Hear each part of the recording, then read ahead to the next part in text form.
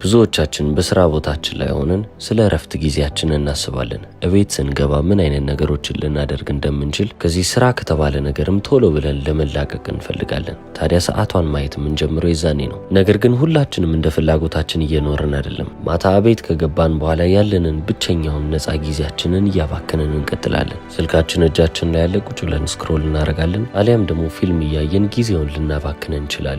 ትርጉም ያለውን ነገር ለማድረግ ስንሞክር ሰውነታችን በቃኝ እኔ ደክሞኛል ብሎ መልእክት ይነግረናል። ስለዚህ ብቸኛው አማራጫችን ቁጭ ብለን ዘና ማለት ነው ብለን እናስብና ዘና ማለትን ከዲስትራክሽን ጋር አንድ ላይ እናያይዘዋለን። ብዙ ጊዜ ስለ ስኬታማ ሰዎች ስትሰሙ ጠዋት የሚያደርጉትን ነገርና የጠዋት ልማዳቸውን ትሰማላችሁ። ነገር ግን ከጠዋት ልማድ በላይ የሰውን ልጅ የሚገነባው የማታ ልማዱ ነው። ማታችን ለጠዋታችን ያዘጋጀናል፣ ጠዋታችን ደግሞ ቀናችንን ይመራልናል። ታዲያ አሁን እኛም በዚህ ቪዲዮ የምንመለከተው ምሽት ላይ ማድረግ ያለብንን ልማዶች ሳይሆን እንዴት ምሽታችንን መመልከት እንዳለብንና በምን አይነት ተግባር ብናሳልፍ እንደሚመረጥ ነው። ስለዚህ ከእናንተ ተፈጥሮ ጋር የሚሄዱ ስትራቴጂዎችን ብቻ ነው ማቀብላችሁ። ከራሳችሁ ጋር እያዋሃዳችሁ እናንተ በፈለጋችሁበት መንገድ መጠቀም ትችላላችሁ። ታዲያ እነዚህን ስትራቴጂዎች አፕላይ ያደረጋችሁ ወይም እየተገበራችሁ ስትመጡ ምሽቶቻችሁ ለሪከቨሪ ወይንም ለማገገም ከመሆን ይልቅ ለእድገታችሁ ይሆናሉ። መጀመሪያ መመልከት ያለብን ነገር ሩቲን እና ስትራክቸር የሚባለውን ነገር ነው። ሩቲን ማለት ልማድ ወይንም በተደጋጋሚ በየቀኑ የምናደርጋቸው ነገሮች ሲሆን እነዛን ነገሮች ቅርጽ ማስያዝ ደግሞ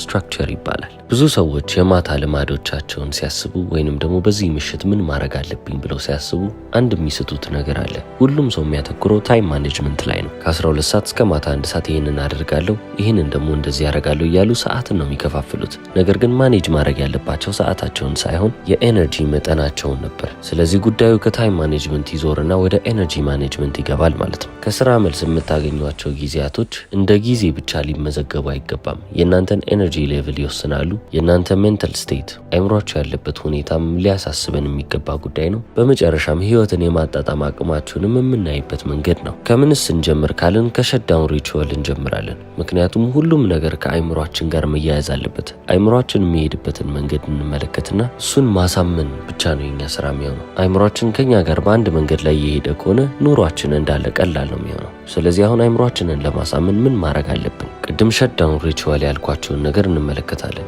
በጣም ሲሊ የሚመስል ወይንም ደግሞ የሞኝ የሚመስል ተግባር አይምሯችንን የሚያሳምን ተግባር ይሆናል። እንበልና ኮምፒውተራችሁ ላይ ቁጭ ብላችሁ የምትሰሩ ሰዎች ናቸው። ታዲያ አሁን ይህንን ስራችሁን ከጨረሳችሁ በኋላ ትነሳላችሁ። በጥልቀት 3 ትተነፍሱና ከዛ በኋላ ኮምፒውተራችሁን ዘግታችሁ ትወጣላችሁ። ይህ ምንም አይነት ትርጉም የሚሰጥ ነገር አይደለም ብላችሁ ታስቡ ይሆናል። ነገር ግን ለአይምሯችሁ የሚልከው የሆነ ሲግናል አለ። ወርክ ሞድ ኦፍ የሚል መልእክት ነው የሚደርሰው። ስራ ጨርሻለሁ ማለት ነው። አይምሯችሁ ይህንን ከተገነዘበ በኋላ ስራ ልስራ ከዚህ በኋላ ልቀጥል ብሎ የሚያስብ አይሆንም። እንዴት ነው ራሴን እያቀዘቀዝኩ የምመጣው ብሎ ነው የሚያስበው። ከዚህ በኋላ ምሽቶቻችሁን በ90 ደቂቃ ትከፋፍላላችሁ። ያ ማለት 1 ሰዓት ተኩል ማለት ነው። አይምሯችን የሚሰራው በ90 ደቂቃ ሳይክል ውስጥ ነው። እቺን ሳይክል እየደጋገማት ነው የሚመጣው። ስለዚህ በ90 ደቂቃ ውስጥ የምናደርጋቸውን ነገሮች እንከፋፍላለን። ብዙ ሰው የሚሳሳተውም እዚህ ነጥብ ላይ ነው። ምሽቶቹን ወይንም ከስራ በኋላ ሲመጣ የቀረውን ጊዜ እንደ ትልቅ የሚባል ፍሪ ታይም ወይንም ደግሞ ነፃ ጊዜ አድርጎ ያስባል። ብክነት የሚጀምረው የዛኔ ነው።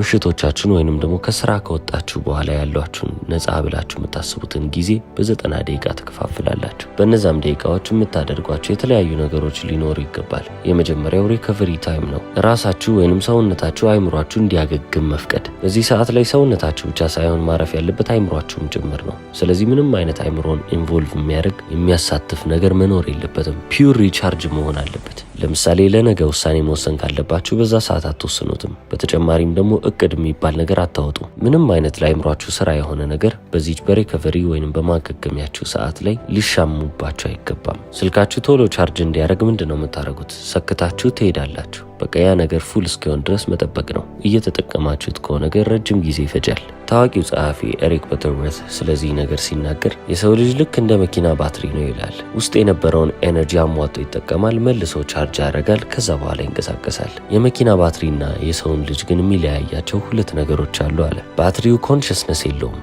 ስለዚህ ሬዚስተንስ የሚባል ነገር እሱ ጋር አይኖርም። ማለትም ደግሞ ቻርጅ ሲደረግ ተነስቼ ልሂድ አይልም። እናንተ መታችሁ ቻርጁ ይበቃዋል ብላችሁ እስካልነቀላችሁ ድረስ ያ ባትሪ ቁጭ ብሎ ቻርጅ ሲደረግ ብቻ ነው የሚውለው። የሰው ልጅ ግን ያቁነጠነጠዋል ይላል። ተነስተን መሄድን ነው የምንፈልገው። ምንም አይነት ተግባር ሳናደርግ 10 ደቂቃ ቁጭ ብንል አይምሯችን እኛን እየቀጣን ይመስለናል። ተነስተን የሆነ ነገርን ማድረግ እንፈልጋለን። ያም ደግሞ መቀመጥን ስላለመድን ነው። የሰው ልጅ ትክክለኛ እረፍትን ካየ ረጅም ጊዜ ሆኖታል። እረፍት ብሎ የሚያስባቸው ነገሮች አይምሮን ቢዚ የሚያደርጉ ነገሮች ናቸው። ሁለተኛው ሳይክላችሁ ላይ ማለትም ደግሞ ቀጣዩን 90 ደቂቃ በምን ላሳልፍ ካላችሁ ደግሞ ወደ ግሮዝ ማለፍ አለባችሁ፣ ወይንም ወደ እድገት የሚመራችሁን ማንኛውንም ነገር ማድረግ አለባችሁ። አዲስ ነገር መማር ሊሆን ይችላል፣ አሊያም ደግሞ ስፖርታዊ እንቅስቃሴዎችን ማከናወን፣ አሊያም ደግሞ ሆቢ ብላችሁ የምታስቡትን በትርፍ ጊዜ ማድረግ የሚያስደስታችሁን ነገር ማከናወን። የምትወዱትን ነገር እያደረጋችሁ ስትመጡና የሚጠቅሟችሁ ነገሮች እያደረጋችሁ ስትመጡ ይህንን ኤነርጂ ብሎክ እየጨመራችሁ ትመጣላችሁ። ማለትም ደግሞ ኃይላችሁ እየጨመረ ይመጣል። ስለዚህ ይህችን ቀጣዩን 90 ደቂቃ በዚህች ትሞሏታላችሁ አዳዲስ ነገሮችን በመማርና የሚያስደስቷችሁን ነገሮች በማድረግ። ወደ ሶስተኛው ብሎክ ስታልፉ ኮኔክሽንስ የሚባል ነገርን ታገኛላችሁ። ኤነርጂ መጠናችሁን መልሳችኋል፣ ምክንያቱም በቂ የሚባል እረፍት አግኝታችኋል። የሚያስደስታችሁንም ነገር ተመራችኋል፣ አግኝታችኋል። በምን ያህል ጊዜ ውስጥ ካላችሁ በነበረችዋ በ3 ሰዓት ውስጥ የመጀመሪያውን 90 ደቂቃ ለሪከቨሪ፣ ቀጣዩን 90 ደቂቃ አዳዲስ ነገሮችን ለመማርና የሚያስደስታችሁ ነገር ለማድረግ። አሁን ሙሉ የሆናችሁ ሰዎች ሆናችኋል። ኤነርጂያችሁ ጥሩ ነው። ስለዚህ ከሌሎች ሰዎች ጋር ቦንድ ለማድረግ በጣም ቀላል ይሆንላችኋል። አንዳንድ ጊዜ መስሪያ ቤታችሁ ውስጥ በጣም ለፍታችሁ ከመጣችሁ በኋላ በቃኝ እኔ ሰውን ማየት ነው ያስጠላኝ ብላችሁ ገብታችሁ የምተኙበት ጊዜ አለ አይደለ? እንደዚህ አይነት ጊዜያቶች እንዳይፈጠሩ መጀመሪያ ያልኳችሁን ሪከቨሪና የሚጠቅሟችሁ ነገሮች ታደርጉና ልክ እነዛ ነገሮች የእናንተን መንፈስ እየሞሉላችሁ ሲመጡ እናንተም ደግሞ ጥሩ ስሜት ላይ ስትሆኑ ከሰዎች ጋር ትገናኛላችሁ። ልጆች ካላችሁ ከልጆቻችሁ ጋር ቁጭ ብላችሁ ጊዜ ማሳለፍ፣ ምንም አይነት አክቲቪቲ ከነሱ ጋር ማድረግ፣ ከቤተሰቦቻችሁ ከጓደኞቻችሁ ጋር መጫወት፣ መቀለድ። እነዚህ ነገሮች እናንተን የበለጠ ሙሉ እያረጓችሁ የሚሄዱ ነገሮች ናቸው። ስለዚህ የበለጠ ቦታን እየሰጣችኋቸው ታልፋላችሁ። ከዚህ በኋላም ደግሞ አንድ ብዙ ሰው የሚያደርገውን ነገር እናንተ በትንሽ ለውጥ ብቻ አሻሽላችሁ የምታደርጉት ነገር ይኖራል። ይህም ምንድነው ካላችሁ ሰዎች ብዙ ጊዜ ከጠዋት እስከ ማታ ያላቸውን ነገር ጠዋት የሚያቅዱ ናቸው። እናንተ ግን ያንን ትገለብጣላችሁ። ጠዋታችሁ ምሽታችሁ ላይ ካለው ተጽዕኖ በላይ ምሽታችሁ ጠዋታችሁ ላይ ያለው ተጽዕኖ ከፍ ያለ ነው። ስለዚህ ምሽታችሁን ካስተካከላችሁ ጠዋታችሁ ይስተካከላል። ጠዋታችሁ ከተስተካከለ ደግሞ ቀናችሁ ይስተካከላል። ቀናችሁ ከተስተካከለ ደግሞ ምሽታችሁን ተመልሶ መስተካከሉ አይቀርም። ስለዚህ ፕላኒንግ የምትባለዋን ነገር ወይንም ደግሞ ለነገ ጠዋት ምን ላከናውን የሚባለውን ነገር በዚህ ምሽት ላይ መጨረስ አለባችሁ። ነገር ግን ይህንን ነገር የምታደርጉት በእረፍት ጊዜያችሁ ወይንም ደግሞ በእድገት ጊዜያችሁ ላይ አይደለም። የሚያስፈልጋችሁን ነገር ከጨረሳችሁ በኋላ የምታደርጉት ተግባር ነው። ስለዚህ እቺን ነገር ልብ በሉልኝ። መጀመሪያ የሚሰራ ስራ አይደለም። በተጨማሪም ገና ቀን ስራ ቦታ ላይ ያላችሁ ስንት ሰዓት መተኛት እንዳለባችሁ ለይታችሁ ማወቅ አለባችሁ። ማታ 3 ሰዓት ወደ አልጋ ገባለሁ፣ አልጋዬ ላይ ተኛለሁ ብላችሁ ካሰባችሁ ከ3 ሰዓት በፊት ያለውን እስከ ስራችሁ መውጫ ድረስ በ90 ደቂቃ እየከፋፈላችሁ ቅድም ባልኳችሁ መንገድ ነገሮችን ታስተካክላላችሁ። ታዲያ ማታ ማታ ከአንድ ተግባር ወደ ሌላ ተግባር ከማለፋችሁ በፊት 2 ደቂቃ እረፍት ያስፈልጋችኋል። እቺም 2 ደቂቃ ኢንቫይሮንመንታችሁን ማስተካከያ ጊዜ ነች። አይምሯችሁ እናንተ ባታስተውሉም ያስተውላል። ስለዚህ ዙሪያችሁን ዞር ዞር ብሎ የሚቃኝ ነው የሚሆነው። አካባቢያችሁን እየለወጣችሁ ስትመጡ ወይንም ደግሞ ቢያንስ ከፊታችሁ ያሉትን ነገሮች እያጸዳችሁ ራሳችሁን ለሌላ ተግባር ዝግጁ እያደረጋችሁ ስትመጡ አይምሯችሁ አሁን ይህንን ነገር መስራት አቁመናል፣ ወደ ሌላ ነገር ልናልፍ ነው ብሎ ነው የሚመዘግበው። ስለዚህ መብራት መቀነስ ካለባችሁ መብራታችሁን ቀንሱ፣ ማብራትም ካለባችሁ አብሩ። ጠረጴዛ ላይ እስካሁን ስትሰሩበት የነበሩትን ወረቀቶች ማንሳትም ካለባችሁ ታነሳላችሁ።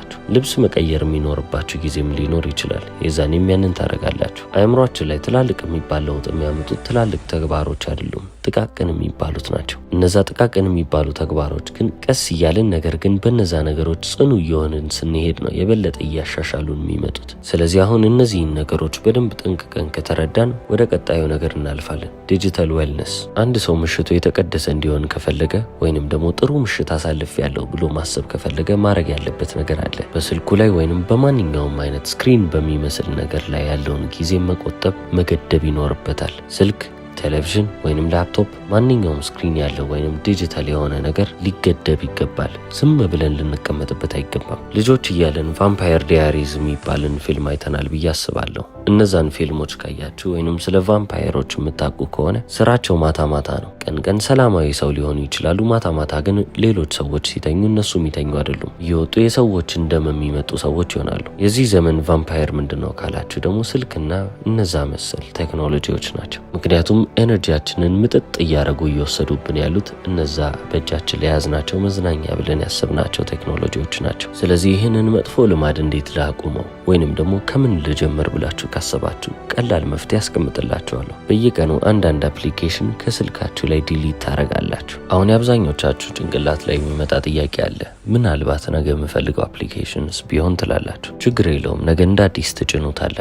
ሊያሳስባችሁ የሚገባ ነገር አይደለም። በተጨማሪም አብዛኛው አፕሊኬሽን ለእናንተ ነሰሰሪ የሚባል ወይንም ደግሞ አስፈላጊ የሚባል ነገር አይደለም። አፕሊኬሽኖቻችሁን እየደለታችሁ ከሄዳችሁ በኋላ በንጋታው እንደማያስፈልጓችሁ የምታውቁት ምን አፕሊኬሽን እንደደለታችሁ እየረሳችሁ ስትመጡ ነው። ያ ማለት ትክክለኛውን ውሳኔ ነው ያደረጋችሁት ማለት ነው። ስለ ምሽት ልማድ እያወራን ነው። ስለ ምሽት ስትራቴጂም እያወራን ነው። ስለዚህ አንድ ነገርን መገንዘብ አለብን። እኛ ከመተኛታችን በፊት ስልካችን መተኛት አለበት። እኛ ወደ አልጋ ከመግባታችን ከአንድ ሰዓት በፊት ስልካችንን ፓወር ኦፍ እናደርገውና እናስተኛዋለን። እስቲ ቢያንስ እኛ ባናርፍም እሱን እናሳርፈው። መኝታ ቤታችሁ በጣም ውብ የሚሆን ቦታ የሚሆነው ወይንም የተቀደሰ የሚባል ቦታ የሚሆነው መቼ መሰላችሁ? ስልካችሁ አብሯችሁ የሌለ ጊዜ። ስልካችሁን አጥፍታችሁ ሳሎን አስቀምጣችሁት ቻርጀራችሁንም እዛ አድርጋችሁት እናንተ መኝታ ቤታችሁ ውስጥ ገብታችሁ ብተኙ መኝታ ቤታችሁ ሊትራሊ የተቀደሰ ቦታ ነው የሚሆነው። ምክንያቱም ለመተኛት ብቻ ነው የምትጠቀሙበት። ሌላ ምንም አይነት ዲስትራክሽን የሚያዘናጓችሁ ነገሮች አይኖሩም። በመኝታ ክፍሎቻችሁ ውስጥ ቲቪ ያስቀመጣችሁ ሰዎች ካላችሁ እንግዲህ እናንተን እንዴትም ብዬ ልረዳችሁ አልችልም።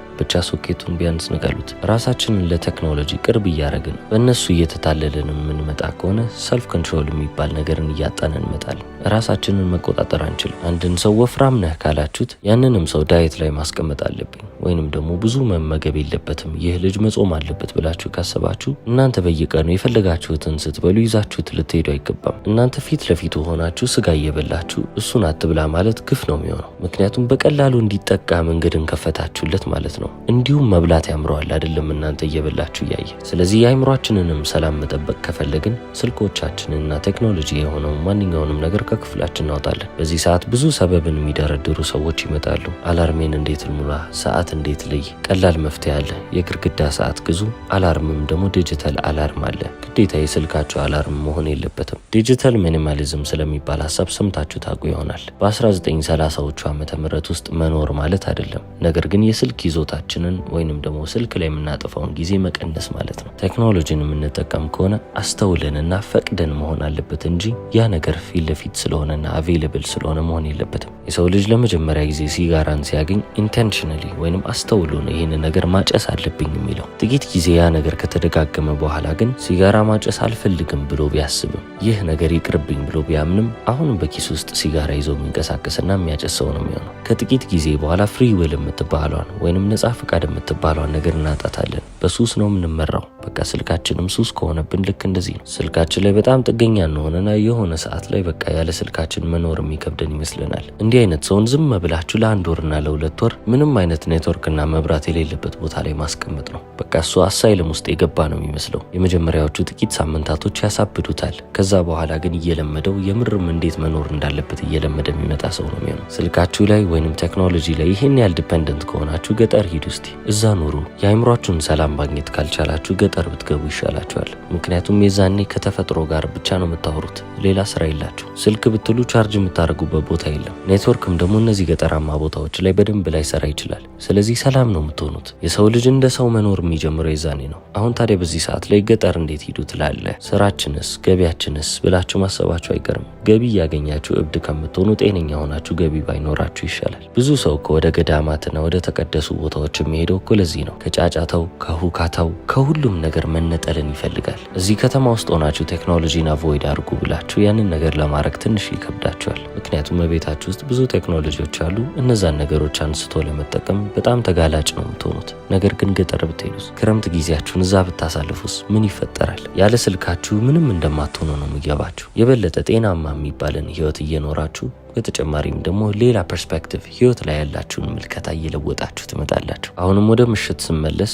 ስልካችን ያን ያህል ለኛ ጠቃሚ ከሆነ 3 አፕሊኬሽኖችን እንምረጥና እነዛ ላይ ብቻ ፎከስ እናርግ። ከነዛ አፕሊኬሽኖች መውጣት አይቻልም። ያው እነዛን 3 አፕሊኬሽኖች ኢንስታግራም፣ ቲክቶክ እና ፌስቡክ ካረጋችሁ በቃ ማበዳችሁ ነው። አእምሯችሁን እያስጨዋችሁ ነው የምትቀጥሉት። ይህንን ሁሉ እያወራው ያለሁትም ደግሞ እነዚህን ነገሮች እንድታስወግዱ ስለምፈልግ ነው። ምክንያቱም አይጠቅሟችሁም። የሚጠቅሟችሁ አፕሊኬሽኖች አሉ። እነዛን እየከፈታችሁ መጠቀም ትችላላችሁ። ለምሳሌ በስልካችሁ የምታነቡ ሰዎች ትኖራላችሁ። ሙዚቃ ማዳመጥ የሚያስደስታችሁም ሰዎች ትኖራላችሁ። 2 አፕሊኬሽን እዚሁ ጋር አለቀ። ሞባይል ባንኪንግ የምትጠቀሙ ሰዎች ከሆናችሁ 3ኛ አፕሊኬሽን ተያዘ ማለት ነው። ስለዚህ የሚጠቅሟችሁን ወይም አስፈላጊ የሚባሉትን ነገሮች ብቻ አድርጉ። ከስልካችሁና ከቴክኖሎጂ ጋር ያላችሁን ግንኙነት ግን የምርም ልታቆሙት ወይም ልታቋርጡት ይገባል። እንደ ድሮ ዘመን ኑሩ እያልኩ ሳይሆን ግን አስተውላችሁ በፐርፐስ ወይንም ደግሞ በዓላማ ልትንቀሳቀሱ ነው የሚገባው። ለዚህ ነው እናንተ ስትተኙ ከመኝታ ቤታችሁ እነዚህን ነገሮች አውጡ ያልኳችሁ። በቃ በቻላችሁት አቅም ኪችንን መቀመጥ ካለበት ያ ስልክ ኪችን ውስጥ ይቀመጥ። አንደኛ ጠዋት እዛው አልጋችሁ ላይ ለመተኛት አትሞክሩ። ምክንያቱም ስልካችሁ በጣም አስፈላጊ እንደሆነ ስለምታስቡት ከክፍላችሁ ወጥታችሁ ወደዛ ስልክ ለመሄድ ትሯሯጣላችሁ። በዛውም ነቃችሁ ማለት ነው። ትክክለኛ አላርም እንደውም እሱ ነው። ምሽቶቻችሁን የበለጠ እያሳመራችሁ በመጣችሁ ቁጥር ህይወታችሁም እያማረ ይሄዳል። ምክንያቱም ህይወታችሁን እየተቆጣጠራችሁት ነው የምትሄዱት። የዛሬው ቪዲዮ እንደጠቀማችሁ ተስፋ አረጋለሁ። እስከ መጨረሻው ስላያችሁ አመሰግናለሁ። ቻው።